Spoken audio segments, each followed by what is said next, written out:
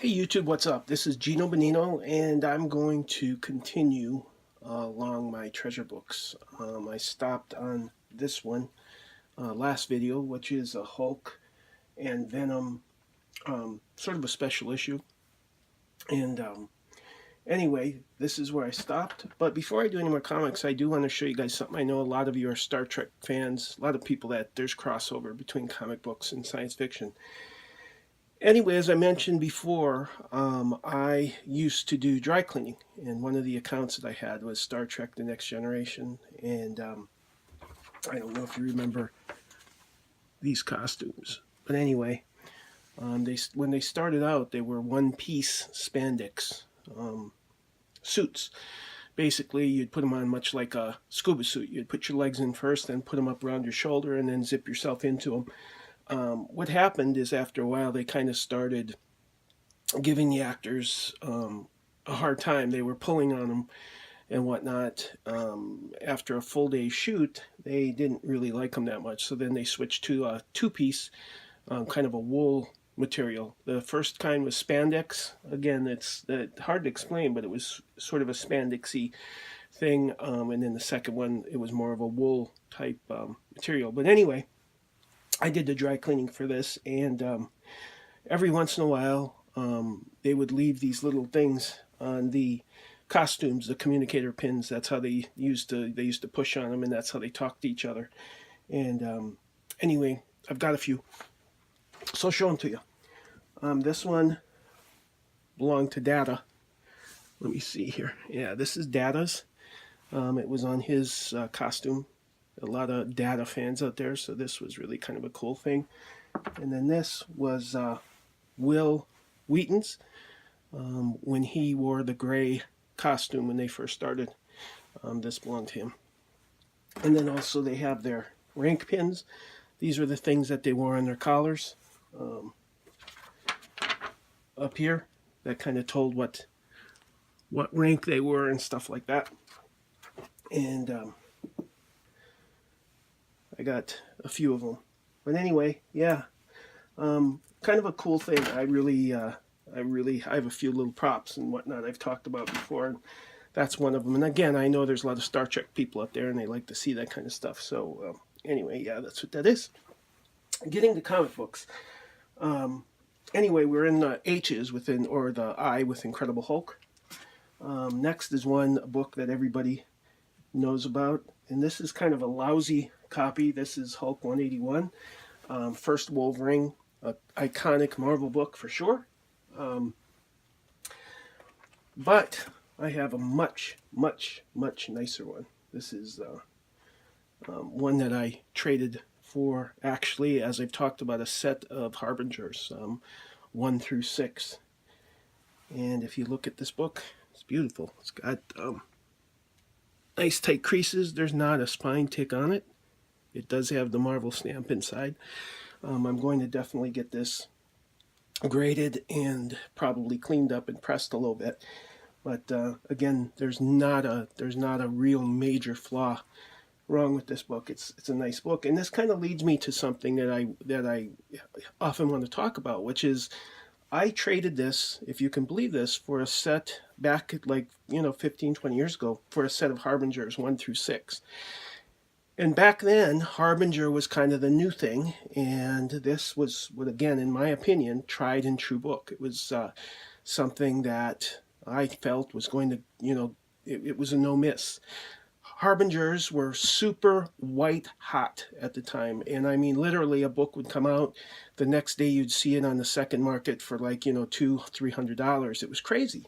They had a very low print run. I think the print run on issue 4 was about 5,000, and then from there you figure some people cut the coupon out and send away to get Harbinger, I believe 0, which means that there's not a lot of mint number 4s on the market. But needless to say, in my opinion, I felt this was, even though I was a little bit afraid to make the deal back then, I felt it was a good deal. I felt, hey, I'll trade that and they can get the Harbingers, and my feeling was that this book was a better investment.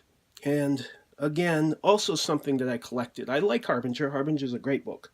Nothing wrong with it. This was early Valiant, and again, back then Valiant was crazy. But I guess the equivalent that I could draw to that with today's stuff would be like variant covers. And the only reason I bring this up is because if you do have variant covers that have gone insane through the roof in value, in equity, let's call it that. Let's call it equity. And let's say that you collect them for your own personal reason. You love the artist, you love the cover, and there's no way that you want to trade that away. I think that's great. Hang on to it. Keep it in your collection. That's what this hobby's all about, is collecting. But if you're looking to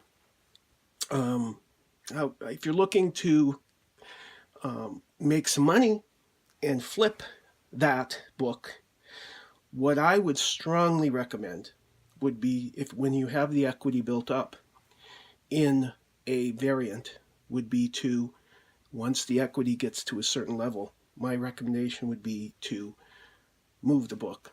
And the only reason I say this, once again, it's not all about dollars and cents. That's not what I'm trying to say. In fact, like I've talked about before, I always believe in reinvesting in the hobby. In other words, the money that you make on something that's gotten hot, either do a trade or buy or do something like that, to where you get something that is more along the lines of something you like to collect, or more along the lines of something that you feel will increase in value down the road.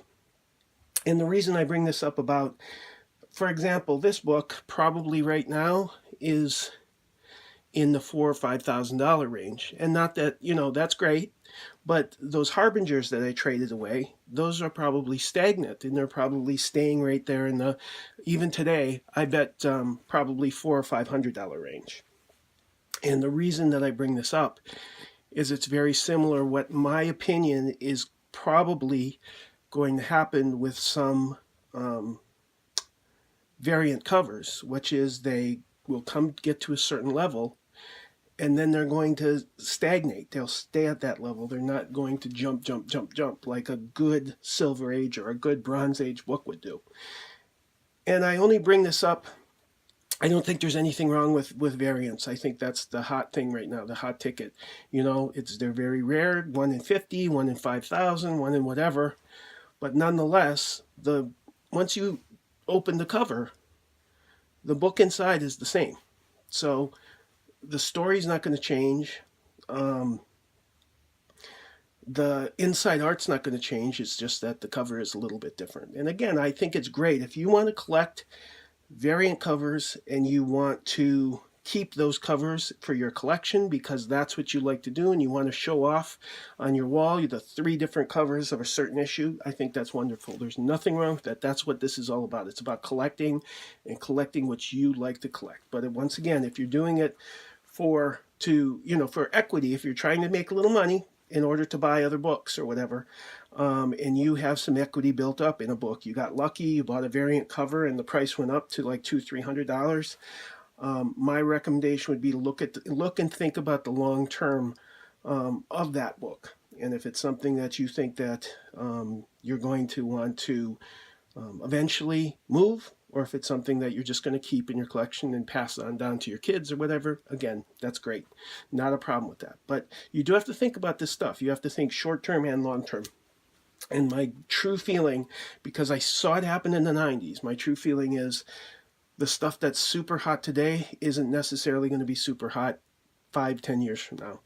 And a variant cover, even though it's wonderful, hey, I collect them myself. But if that variant cover, you get lucky and it jumps up through the roof, you may want to consider moving one or moving two, keeping one, but moving one, and then using it to reinvest into some other comics. Again, just my 2 cents.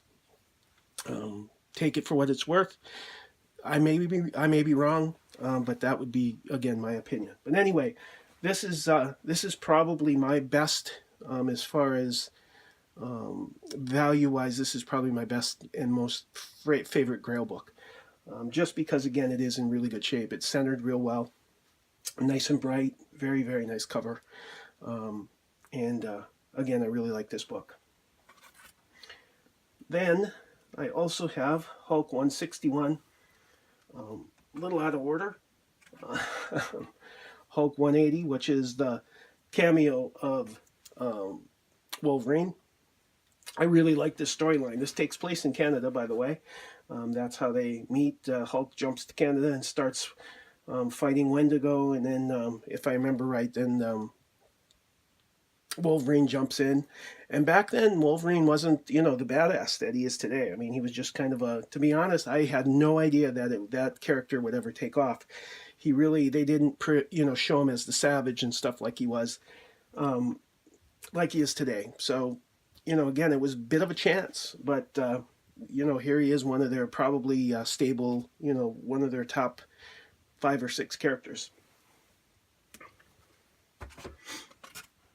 I have 2 of these. I traded for one. I got one in my trade that I talked about a few videos ago. Then, fine, now we're back in order. This is issue 182. And I have 2 of those as well. This one's in rough shape. I think this was probably one that I collected as a kid. Read it, folded it, did all kinds of bad stuff to it, but just kept it. But anyway, yeah, I really like this storyline. Now, as far as covers go, just straight out covers, this is probably my favorite cover of all comic books. And I've talked about reflection books.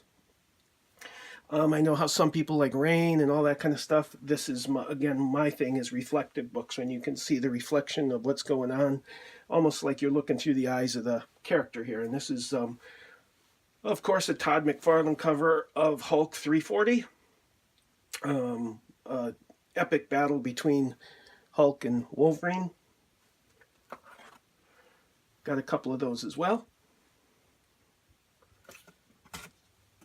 Actually got 3 of those. And I've got another one that's away getting slabbed right now. Then, issue 367. This was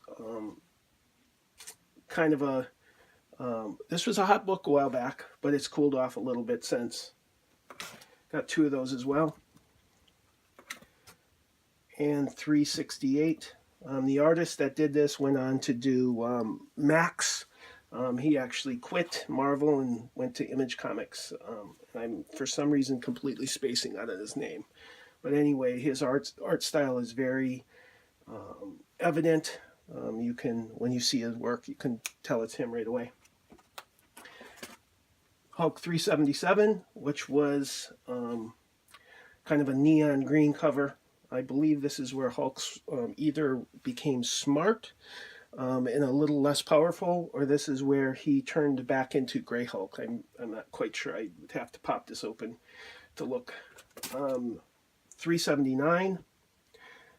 And again, I also like close-up covers as well. Got a couple of those. And that's it for my key or my treasure Incredible Hulk books. Next, I've got iconic book, which is Iron Man and Submariner. I've got 2 of these. I've got one getting pressed and slabbed right now, but this is my other one. And here's another one. And again, I talked about this. These top loaders tend to get a little grungy, turn a little yellow after a while. They don't hurt the book inside, even though you'd think that they would, but they do get a little bit yellow, so that's what's going on here. But the book inside is actually in good shape. And then I've got 2 Iron Man 55s, which was, of course, the first Thanos in a superhero book. I think his first appearance is actually in Logan's Run or something like that. But this is his first, where he's actually himself. Anyway, I've got a couple of these. I've got one that is currently slabbed, and then I've got this one. The problem with this one is it was had a spine roll. I have fixed it a little bit. It's not too bad, but again, sadly, it kind of messed up the grade of it. Then I've got an old Justice League America, which is number 62, but a cool cover. Basically, all the superheroes looking down and into a box. Then this used to be a very hot book again back in the day, which was Lady Death. This is when they used to do the foil and chromium covers. This, I believe, is 0, if I'm not mistaken. I could be wrong. I know these are books that they put the issue number on the back, so it's kind of hard unless you absolutely memorize what they are. I think it was 0. Of the it came out with like a mini series and then went into a normal print run. And I think I believe that was one of the mini series. Then we've got the regular series, 1, 2. Then I've got a few DC books in the L's. I've got Legion of Superheroes number 37 and 38. Very cool cover here. Then I've got a bit of a strange book. This was, again, back in the 90s. This was called Manta by a company called Ultraverse. And what they were was sort of a spin-off of Malibu Comics. And this was a kind of sort of hard to see, but it's a 3D moving, sort of like what the baseball cards do. I don't know if you can see, but there's 2 or 3 things going on here. It depends how you, but it's definitely kind of a 3D look. Hoping the camera's picking it up. It's very cool. Kind of a prism cover, if you will. Then I've got a weird one, which was a Charleston Chew Send-Away. Spider-Man Presents number 1, which was, again, a send-away through Charleston Chew candy bar. And Marvel feature, we're in the M's, which is the Astonishing Ant-Man. Once again, I just picked this up a couple months ago through a trade. This is issue number 4, which was a very early Ant-Man story. Then some Marvel team-ups. Captain Britain, which is issue 66. People say that this book is probably going to heat up a little bit. This isn't a super clean cover copy of it, but nonetheless, I used to read Marvel Team Up back in the day, and I had the whole run. And then a top loader that's pretty grungy, which is issue 133, which is Fantastic Four. Then I've got a few Miracle Men, which is issue 1. And I actually have the whole print run of this. I won't bore you with showing all of them, but that's 2, issue 3, 4, 5, 6, 7. I skip 8. I don't know where it is. Probably back in my other boxes. I got to jump to 9. 10, 11, 12, 13, 14, and then it skips again a few issues and jumps to 23. Alan Moore was the creator of this character. Neil Gaiman as well. Issue 23. And then it jumps to a mini-series, which is Apocalypta. There's number 1, number 2, and this is a very cool cover because they pay homage to Fantastic Four, which was issue 3. That was it for a mini-series. Then we've got a very popular book everybody probably has in their collection, New Mutants 87. This was the first print. Of course, the second print is a gold variant or gold second print. I've got one of these getting slabbed as well. The idea being that with the new Deadpool and Cable being in it, this will probably be a pretty hot commodity in a while. So I'm kind of waiting until after Christmas till the more of the stuff starts coming out as far as previews of the movie and stuff like that, and then I'll see what happens with this book. But anyway, yeah, I've got a couple of these. And then I got a real cool early Silver Age, which is Nick Fury, Agent of S.H.I.E.L.D., number 15. And this was either the beginning or the one of the early original Bullseye covers, and I believe, and once again, I haven't read this book. I got it on a trade, and I really didn't want to mess with it too much, being that it was so well maintained. I think that Nick Fury gets supposedly, quote unquote, assassinated, killed here, but you know how that works out. He probably has some armor on or something like that. But anyway, yeah, it's a cool cover though, with a early Bullseye appearance. And Nova, which was again, I liked it because there's a reflection in the helmet.